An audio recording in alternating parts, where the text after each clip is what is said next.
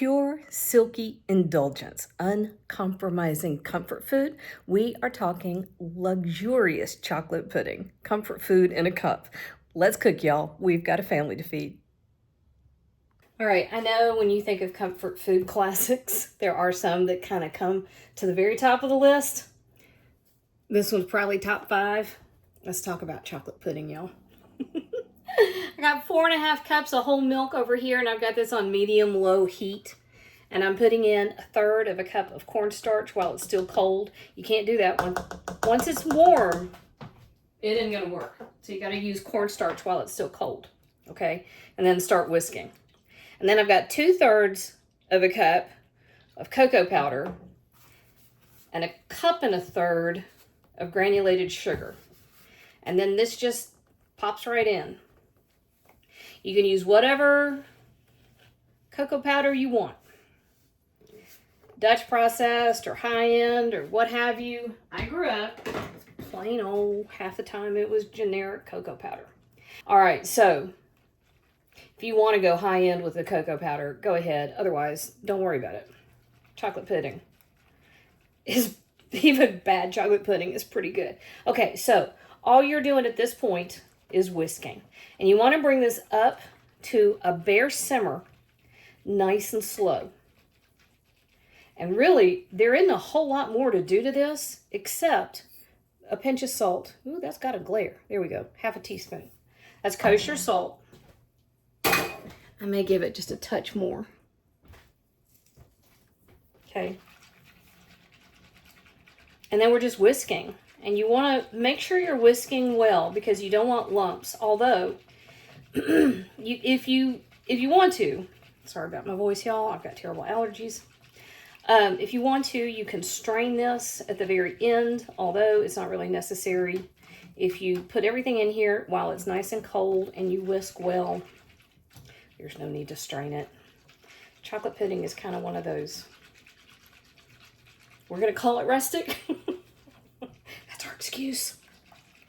All right, so this is all there is to it at this point. Over here, I've got about 3 tablespoons of butter and a good 1.5 teaspoons of good vanilla extract. And that's it, okay? We're just gonna sit and whisk.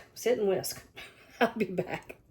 All right, we have not come to a boil, which is on purpose. You don't want it to boil because you risk scorching the milk. However, you can see it has started to thicken, which is exactly what we're looking for. And it is okay at this point. Yep. If you sneak a taste. You do want it to go ahead and come all the way up to a simmer, but you really want to just barely get it to the bubbles right around the edge. And you see that beautiful glossy thing that's happening? Perfect, okay? So keep an eye on it. It's almost there. Okay, we're there. I turned my back for 2 seconds. I was separating an egg and I turned around and I was like, oh! So just turn the heat off. Drop your butter in. And then after your heat is off, add your vanilla.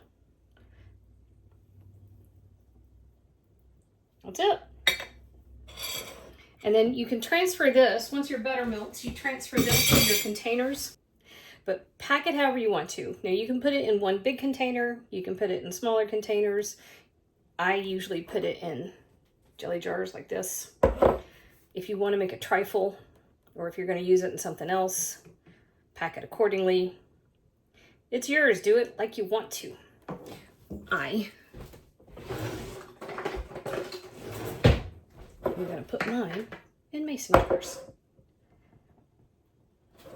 But first, got to make sure I'm not going to poison the family, right?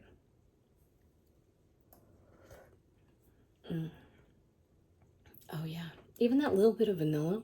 Oh, and that butter. This is how you are everybody's favorite person. It doesn't get better than homemade pudding. That is comfort food.